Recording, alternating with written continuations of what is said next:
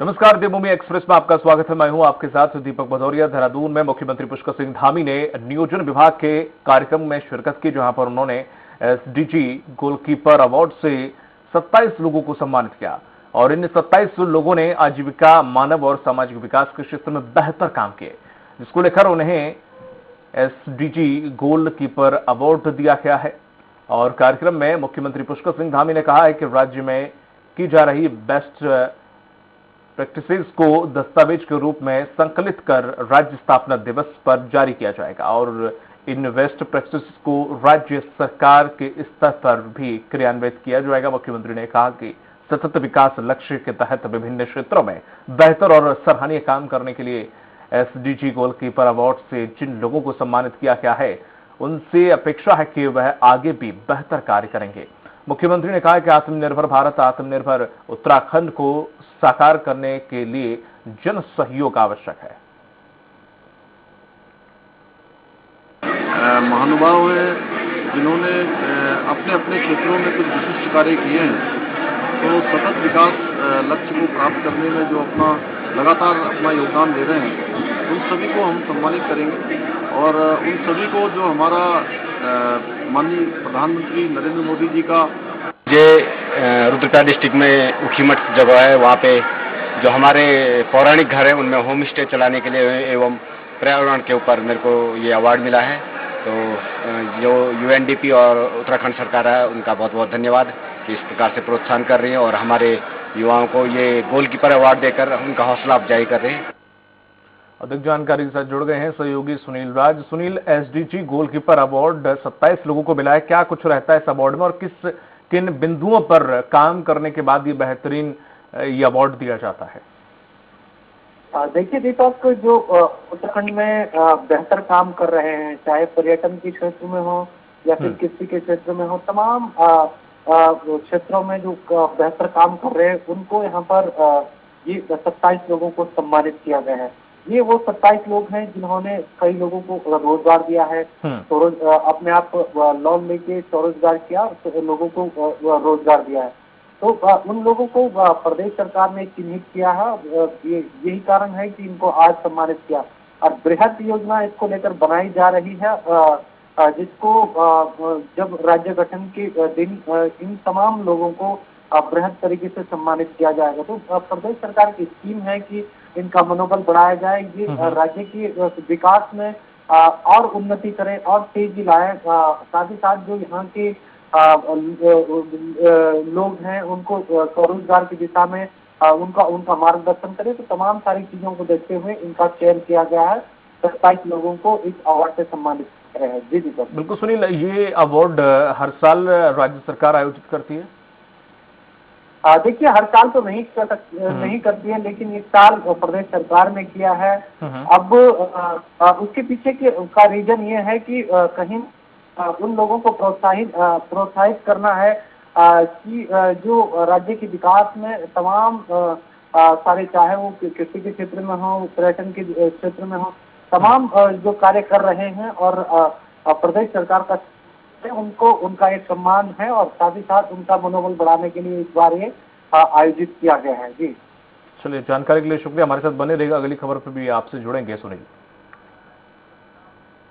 और दूसरी खबर है देहरादून से, जहां पर मुख्यमंत्री पुष्कर सिंह धामी ने कुम्हारी कला को पुनर्जीवित करने को लेकर बैठक की और बैठक में अधिकारियों को निर्देश दिए हैं कि प्रदेश में कुम्हारी कला को अधिक से अधिक बढ़ावा दिया जाए। उन्होंने कहा है कि कुम्हारी कला समृद्ध एवं प्राचीन हस्तकला है। उत्तराखंड में अनेक परिवार इस कला से जुड़े हैं।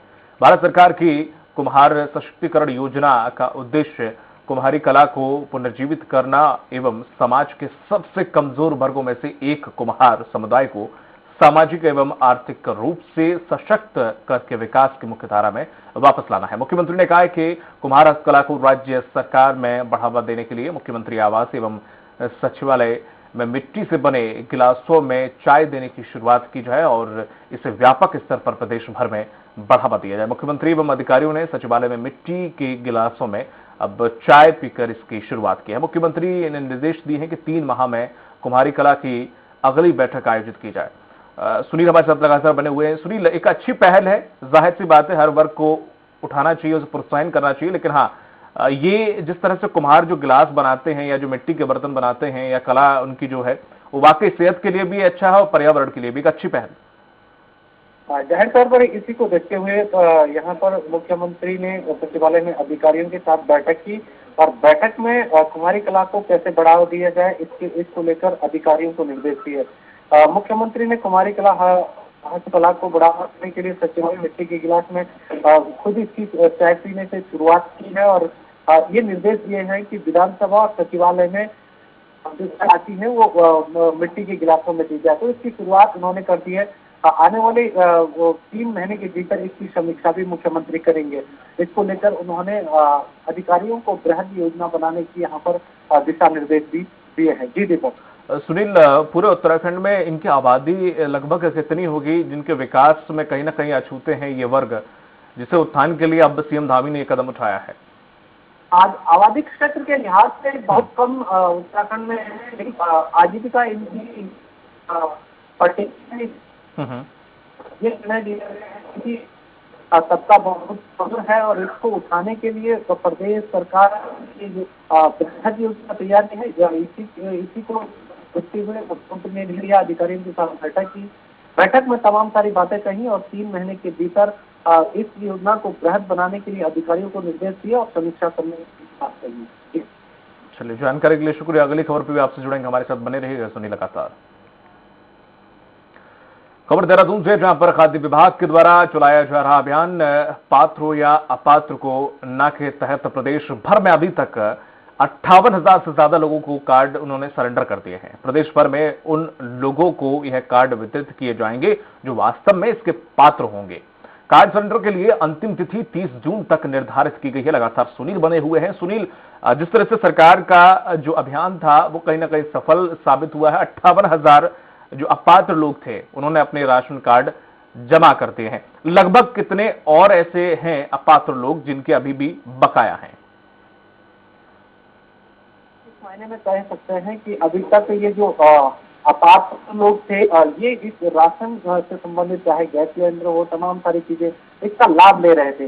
लेकिन जब इस प्रदेश सरकार के द्वारा एक अभियान चलाया गया कि पात्र को हाँ, अपात्र को ना के तहत जिन लोगों ने अभी तक कार्ड सरेंडर किए हैं उनमें से 18,374 ये लोग हैं जिन्होंने अभी तक कार्ड सरेंडर किए हैं। आज से उन कार्ड सरेंडर किए गए, चाहे अंत्योदय हो या बीपीएल कार्ड, उन लोगों को ये कार्ड दिए जाएंगे जो पात्र लोग होंगे। तो ये कहा जा सकता है कि आज से ये योजना शुरू हो गई कि पात्र लोगों को आ के तहत ये कार्ड वितरित किए जाएंगे। जिनका नाम अब कट चुका है, जिन्होंने कार्ड सरेंडर किए हैं उनका नाम तो हट चुका है, लेकिन अब जो पात्र लोग हैं जो इसके लिए पात्रता रखते हैं उनको ये कार्ड दिए जाएंगे। ये योजना आज से शुरू हो गई, लेकिन जो कार्ड जमा करने की तिथि है वो 30 जून तक बढ़ाई गई है और इसके बाद कितने लोग और आएंगे ये देखने वाली बात होगी। 30 जून तक पता चल पाएगा, लेकिन आज से इस योजना की शुरुआत हो गई है। इसको लेकर सचिव को निर्देश दिए गए हैं विभागीय मंत्री द्वारा की जिन लोगों जो इसके पात्र है, जो पात्रता रखते हैं, उनको ये कार्ड वितरित किए जाए। जी सुनील, अगर जानकारी हो तो ये बताइएगा कि आखिर पात्र और अपात्र में जो पैरामीटर्स रखे गए हैं वो क्या रखे गए? हो सकता है पहले जो पात्र हो, इसमें से कई बार मैंने सुना है उत्तराखंड के लोग जब जमा करने आए तो वो बोल रहे हैं कि पहले वो पात्र थे लेकिन अपात्र हो गए इसलिए वो अब जमा करने आए हैं। ये कैटेगरी वहां पर क्या रखी गई है? कैटेगरी जैसे पात्रों की कैटेगरी पहले से रखी गई थी कि वो बीपीएल हो, उसे गरीबी रेखा के नीचे आता हो, वो उसकी इतनी आय ना हो कि वो कोई सरकारी नौकरी ना हो और 1600 रुपए से ज्यादा महीने की आय ना हो। ये इसमें मानक रखे गए हैं। लेकिन इन्हीं मानकों को ये जो पात्र हैं उनके अनुरूप ये कार्ड दिए जाएंगे जो पात्रता रखते हैं। तो ये मानक वही है जो पुराने हैं, लेकिन अब उनको दिए जाएंगे जिनकी आय तो बढ़ गई है, उन्होंने कार्ड सरेंडर कर दिए हैं, लेकिन जिनकी आय अभी तक बढ़ी नहीं है और जिनकी आय पहले बढ़ी थी और घट गई, उनको ये कार्ड वितरित किए जाएंगे। जी चलिए, जानकारी के लिए शुक्रिया आपका सुनील।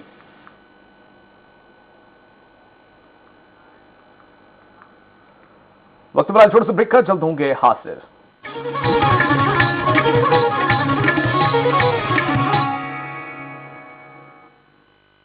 सब कुछ आजमाया और तब मैंने माना कि सिर्फ सच्ची सहेली ही है महिलाओं के उन मुश्किल दिनों की हर समस्या, जैसे कठिन दर्द, अनियमितता, खून की कमी, थकान व कमजोरी जैसी सभी प्रॉब्लम्स के लिए नंबर 1 औषधि एवं टॉनिक।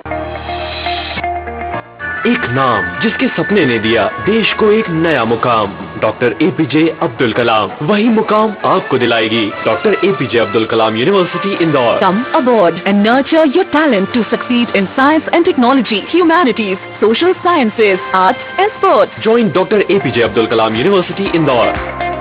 Further details contact 1800-300-26072.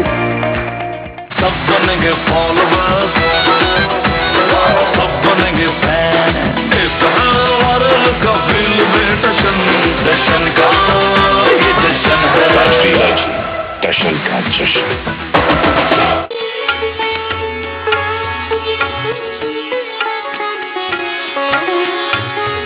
महर्षि उपदेशामृत प्रवाह। देखिए स्वराज एक्सप्रेस में प्रतिदिन प्रातः 6:30 बजे से। सब कुछ आजमाया और तब मैंने माना कि सिर्फ सच्ची सहेली ही है महिलाओं के उन मुश्किल दिनों की हर समस्या, जैसे कठिन दर्द, अनियमितता, खून की कमी, थकान व कमजोरी जैसी सभी प्रॉब्लम्स के लिए नंबर 1 औषधि एवं टॉनिक। क्योंकि सिर्फ सच्ची सहेली में है 67 खास आयुर्वेदिक जड़ी बूटियाँ जो मुश्किल दिनों की सभी तकलीफों को अंदर से ठीक करने में मदद करे। सच्ची सहेली महिलाओं के लिए सबसे भरोसेमंद औषधि एवं टॉनिक।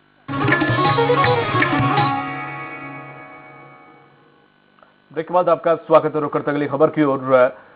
देहरादून में आगामी कैबिनेट की बैठक होगी जिसमें सालाना बजट और उपनल कर्मियों के त्रैमासिक प्रोत्साहन को हरी झंडी मिल सकती है। सचिवालय के वीरचंद सिंह गढ़वाली सभागार में होने वाली इस बैठक में मुख्यमंत्री पुष्कर सिंह धामी भी मौजूद रहेंगे। साथ ही चारधाम यात्रा और कांवड़ यात्रा की व्यवस्थाओं पर भी कोई बड़ा फैसला लिया जा सकता है।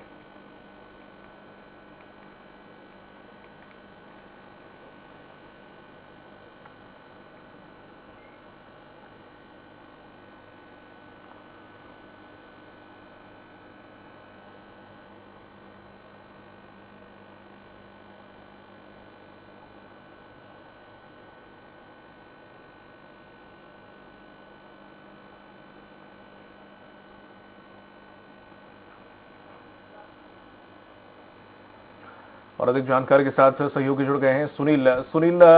जिस तरह से जो होने वाली कैबिनेट की बैठक है उसमें हम कल भी चर्चा की थी और आज भी कि जिस तरह से इसमें कौन कौन से अहम फैसले होंगे, लेकिन जिस तरह से इसमें जो फैसले चारधाम यात्रा को लेकर भी कहा जा रहा है कि फैसला कुछ लिया जा सकता है बड़ा, इसमें चारधाम यात्रा में ऐसे क्या व्यवस्थाएं या फिर क्या सरकार रणनीति अपना सकती है जो अमल में लाया जा सकता है इस कैबिनेट की बैठक के बाद? देखिए दीपक, ये बैठक कुछ देर बाद शुरू होगी 5 बजे से सचिवालय में मुख्यमंत्री पुष्कर सिंह धामी की अध्यक्षता में होगी और इसमें तमाम सभी मंत्री मौजूद रहेंगे। इसमें फैसलों की बात करें तो सवाल आपने पूछा दीपक, इसमें चारधाम को लेकर एक बड़ा फैसला लिया जा सकता है क्योंकि पूर्व मुख्यमंत्री और मौजूदा पौड़ी गढ़वाल के सांसद वो सरकार को सुझाव दे चुके हैं कि जो ऋषिकेश में यात्री रुके हैं या हरिद्वार में उनको वहां पर नहीं रोका जाए, उनको जाने दिया जाए। इसको लेकर भी पंजीकरण की जो प्रक्रिया उसको समाप्त किया जा सकता है। साथ साथ आगे जो कांवड़ यात्रा होनी है उसको लेकर भी यात्रा व्यवस्थाओं पर किस तरह की चर्चा होगी इस बैठक में देखने वाली बात होगी, लेकिन कांवड़ यात्रा को देखते हुए भी कुछ निर्णय लिए जा सकते हैं।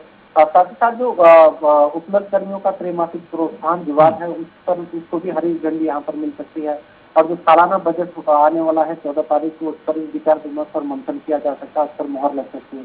कई सारे मसले हैं। साथ साथ जो उपनल कर्मियों को जिनको कोविड काल में लगाया गया था उनको हटाया गया, उनके समायोजन का मसला इस बैठक में आ सकता है क्योंकि कई बार स्वास्थ्य मंत्री आश्वासन दे चुके हैं उन उपनल कर्मियों को कि आने वाली कैबिनेट में आपके समायोजन का प्रस्ताव लाया जाएगा, लेकिन अभी तक आया नहीं है। अब ये दूसरी बैठक है, इसमें क्या वो समायोजन का मसला आएगा, क्या उसको मंथन होगा, विचार होगा, ये देखने वाली बात होगी। लेकिन कई अन्य फैसले भी आ सकते हैं इस बैठक में, करीब दर्जन भर से ज्यादा फैसले आ सकते हैं। लेकिन ये बैठक ब्रीफ नहीं होगी, जो सूत्र बताएंगे वही हम बता पाएंगे। ब्रीफ इसलिए नहीं होगी क्योंकि बजट सत्र की अधिसूचना जारी होती थी, उससे पहले जब कैबिनेट होती तो ये ब्रीफ होती नहीं है। जी दीपक। बिल्कुल। और साथ ही साथ बीच में कुछ आंदोलन कर्मचारियों के द्वारा किए गए थे, कई विभागों के कर्मचारी थे, तो क्या उनमें से किसी को भी आश्वासन दिया गया था धामी के द्वारा कि आपकी जो भी आय है वो बढ़ाने की बात का जिक्र किया गया था? क्या कुछ ऐसे भी फैसले कर्मचारियों के हित में लिए जा सकते हैं? भत्ता बढ़ाने को लेकर कर्मचारी लामबंद रहे, सड़कों पर उतरे और सरकार के खिलाफ घेराबंदी की, तमाम सारी चीजें रही थी। इस दौरान सरकार का फोकस है चार धाम यात्रा, कांवड़ यात्रा। यात्रा पर पर्यटन की दृष्टि से क्योंकि जो बॉस हो गई थी यहाँ पर अर्थव्यवस्था उत्तराखंड सरकार में, तो वो पटरी पर अभी आई है, क्योंकि उत्तराखंड में जो पर्यटन है, पर्यटन के चलते आने वाले भविष्य को किस तरह संवारा जाए, इस पर गहन किया जाएगा, ये हमारे सूत्र बता रहे हैं। जी दीपक, जानकारी के लिए शुक्रिया। इस बैठक में नजर बनाए रखिएगा, पल पल की अपडेट आपसे लेते रहेंगे। सूर्य